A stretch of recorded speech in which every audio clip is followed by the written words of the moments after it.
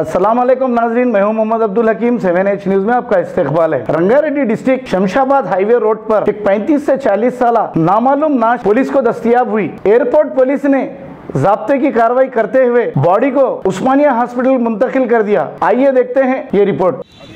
Circle साहब చెప్పినా hello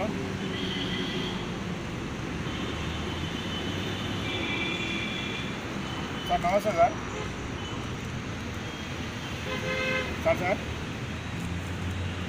లేదు సార్ అన్నోన్ పర్సన్ ఉన్నారు సార్. రాత్రి ఎప్పుడు చచ్చిండో ఏమో తెలియదు, తాగి పడ్డట్టున్నాడు సార్.